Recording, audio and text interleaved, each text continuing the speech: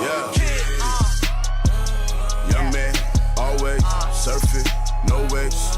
I do it for the kids. All for the youngest.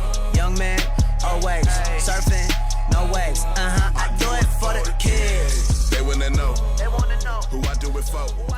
Well, hey kids, welcome to Tuesday's edition of the Daily Snack. Now, I hope you've got a little snack with you. I've got a banana right here. I love bananas. I have a daughter who thinks that this is like the perfectest thing that God ever created. I like them. I'm going to eat that as soon as I'm done talking to you guys today. And I hope you're comfy and ready to understand how to live these extreme lives that God has created us to live. Now, if you didn't check out yesterday, you missed some great winter trivia. I hope you go back and check it out. Go back and check out yesterday's daily snack. It involved this can of spinach right here.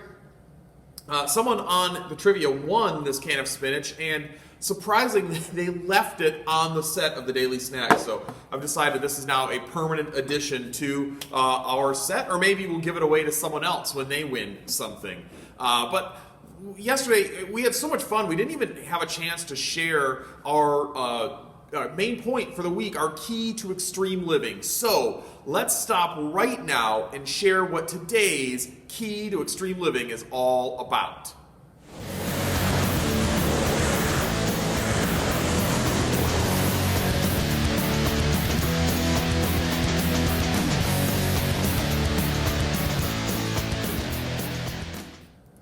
Disciples of Jesus show mercy. Now you might think like, well, mercy, that doesn't sound that extreme. It sounds kind of maybe soft and fluffy, but just wait. We're going to see how extreme this idea of mercy really is. And let's start with kind of the definition of what mercy is. What is the whole point of this thing? Mercy is not holding people accountable to the consequences or the punishment that they deserve for the wrong action that they just took, for the way they treated someone, for the way they cheated on the rules, for the way they lied, for whatever it is. Mercy says, no, I'm not going to hold you accountable for the consequence or the punishment for that. Rather, I'm going to forgive you. And here's the thing about mercy. No one really deserves it, right? When you do wrong, you deserve for them to be some kind of consequences or punishment or something. But here's the deal. God, He chooses to show us mercy. And He does that in part so that it would be an example for us, that we should show mercy to others just like God shows mercy to us. Now, you can bet that since this is our main point this week, this is our key to extreme living, it's something that God shows us and wants us to show others, that there's probably somewhere in this book, the Bible, a story about it somewhere. Well, no, there's not a story about it somewhere. There's actually about a gazillion stories about it from the very beginning of the Bible all the way to the very end. And I want to share one of those with you today. We find it in a book called Matthew. It's the first book of the New Testament. Matthew was a follower of Jesus, one of Jesus' 12 closest friends, while he walked on earth about 2,000 years ago. And Matthew, after Jesus died and rose again and went back to heaven, said, I gotta write this stuff down so that we don't forget about it. And so he decided to write a book of all the things that he saw Jesus do and heard Jesus say. And he investigated stuff and wrote even more. And he wrote this big old book about the life and death and resurrection of Jesus. In it, he heard Jesus tell a parable, a story with a meaning about showing mercy. So let's check it out.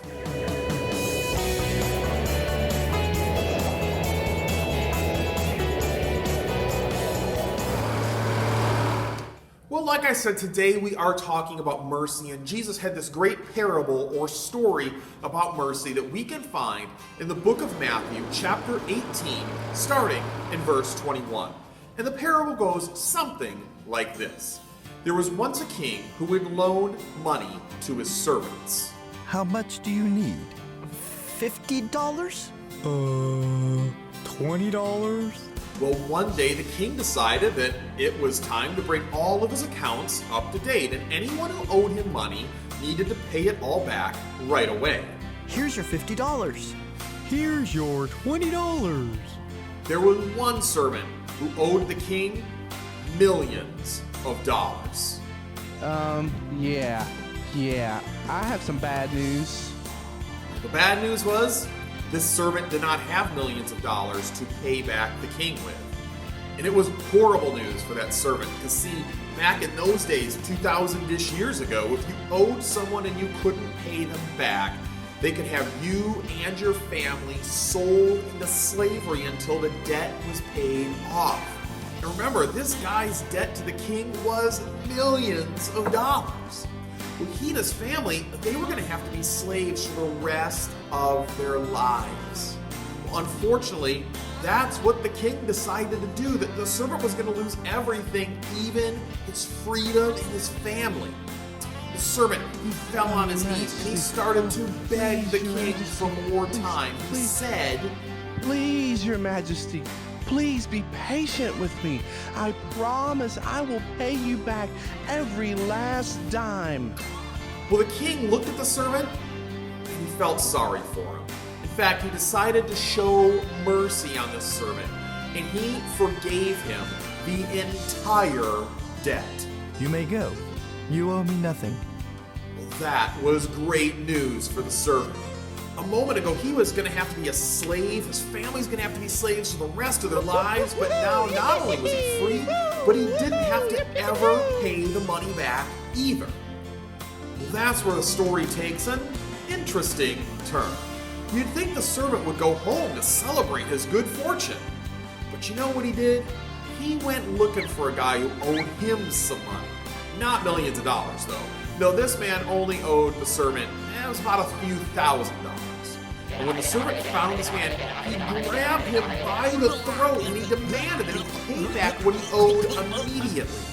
The man fell to his knees and he begged for a little bit more time. He said, Please be patient with me, and I will pay it all. But the first servant had no pity. He refused to show mercy like the king had just shown him.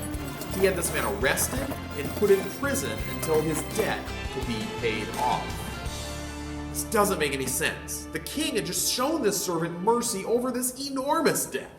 And now the servant was unwilling to show mercy to someone who had a debt much, much, much smaller than his.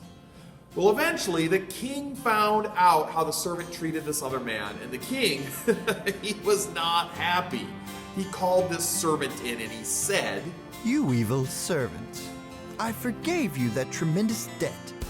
Shouldn't you have mercy on your fellow servant, just as I had mercy on you? And then the angry king had the servant put into prison until his debt was paid. See, Jesus told us this story because he wants us to learn about mercy. God gave us incredible mercy when he forgave us of our sins and he took away the consequences of the wrong things that we've done by sending his son Jesus to die on a cross.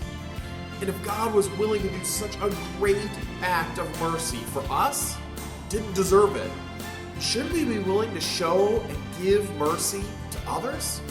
Well, the answer is yes, because disciples of Jesus show mercy.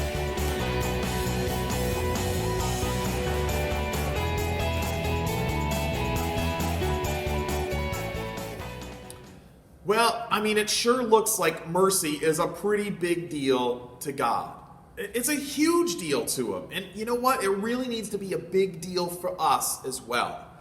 And that's why I say this is such an extreme key to life. I mean, think about it. What does the world all around us talk about when people do something wrong? They tell us that people should get what they deserve. Mean people deserve punishment or consequences or humiliation or worse. And that is not God's way. That is not the way God's kingdom works. His kingdom is way more extreme than just people getting what they deserve. We deserve a consequence for disobeying God and not living the life that he created us to. And the Bible tells us that that consequence is separation from God, now and forever, even after we die. It is a really good thing that our God is in the mercy business. Well, I hope that you had a great time hanging out with me on the Daily Snack today. I really hope you come back tomorrow for a little bit more snack. I'm going to eat my banana, and then I'll probably be back with a new snack tomorrow. And we're going to check in with Rock Steadfast and his partner Scooter at the Winter Extreme X Factor Games and look at what this whole idea of showing mercy to others looks like in, well, not real life, but kind of like real life. See you tomorrow. Yeah. Young man, always surfing, no waves.